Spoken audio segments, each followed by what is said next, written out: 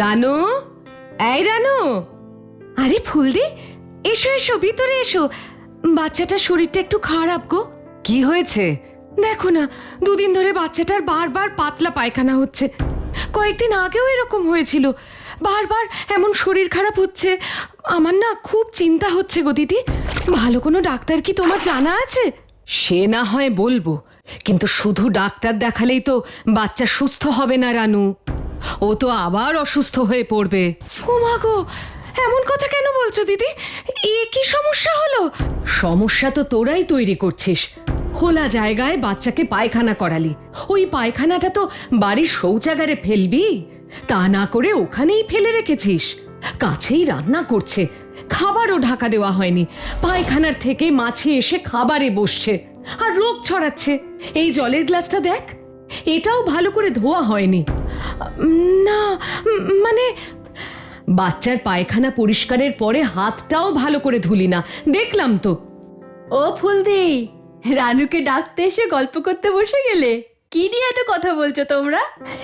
এই তো কাজল, সেদিন ট্রেনিং নিয়ে আসার পরে আমাকে হাত ধোয়ার বিষয় বলছিলি না, সেটা রানুকে বলতো।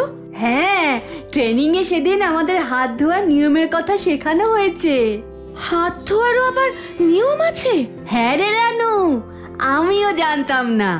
নিয়ম মেনে সাবান দিয়ে হাত ধুলে রোগ ব্যাধি বেশি হবে না, ডাক্তার বদ্যিও করতে হবে না, টাকাও খরচ হবে কম, সবাই সুস্থ থাকবে। একটু বলো তো শুনি, কি রকম নিয়ম? এই দেখো, আগে ময়লা হাত ভিজিয়ে নাও, তাতে সাবান লাগাও।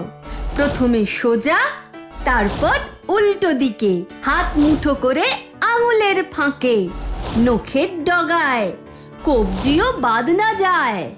জলে ভালো করে ধুয়ে হাত দুটো নাও শুকিয়ে। এ তো দারুণ ব্যাপার। তাহলে এবার নিয়ম মেনে হাত ধুলেই রোগ ব্যাধি দূর হয়ে যাবে বলছো? না রে রানু, শুধু একবার হাত ধুলেই হবে না। শৌচ করার পর, বাচ্চার মল পরিষ্কার করার পর, রান্না করার আগে ও পরে, খাবার খাওয়ার আগে, ঘরের আবর্জনা পরিষ্কার করার পর হাত ধুতে ভুললে চলবে না। তাহলে তোর বাচ্চার আর এরকম বারবার শরীর খারাপ হবে না। শুধু তোর বাচ্চা নয়, গোটা পরিবারের স্বাস্থ্য নির্ভর করছে এই হাত ধোয়ার ওপর। শুধু নিয়ম মেনে হাত ধুলে গোটা পরিবার ভালো থাকবে? হ্যাঁ, এর সাথে সাথে ঘরদোর আর রান্নার বাসনপত্রও পরিষ্কার রাখতে হবে। শুধু বাচ্চা নয়, নিজেকেও রোজ স্নান করতে হবে, দাঁত মাজতে হবে, নখ কাটতে হবে, পরিষ্কার জামা কাপড় পরতে হবে, আর পায়খানা যাওয়ার সময় অবশ্যই পায়ে চটি পড়ে যেতে হবে। আর ওই যে বললাম, বাচ্চার পায়খানা খোলা জায়গায়, মাঠে, রাস্তায় বা বাড়িতে ফেলে রাখা যাবে না, বাড়ির শৌচাগারে ফেলতে হবে। ও ভালো করে জল দিয়ে ধুয়ে দিতে হবে।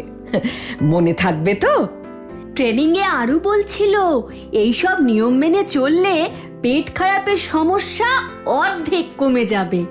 শোনো দিদি, আমাদের দেশে বছরে 3 লক্ষেরও বেশি শিশু মারা যায় এই ডায়রিয়া জাতীয় রোগে।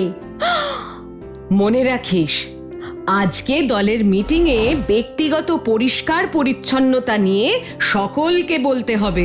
আর শুধু বলা বা শোনা নয়, নিয়মিত সকলকে এইগুলো মানতেও হবে। একদম, শুধু আমি না, আমরা সবাই এই সব বিষয়ে সচেতন থাকা চাই।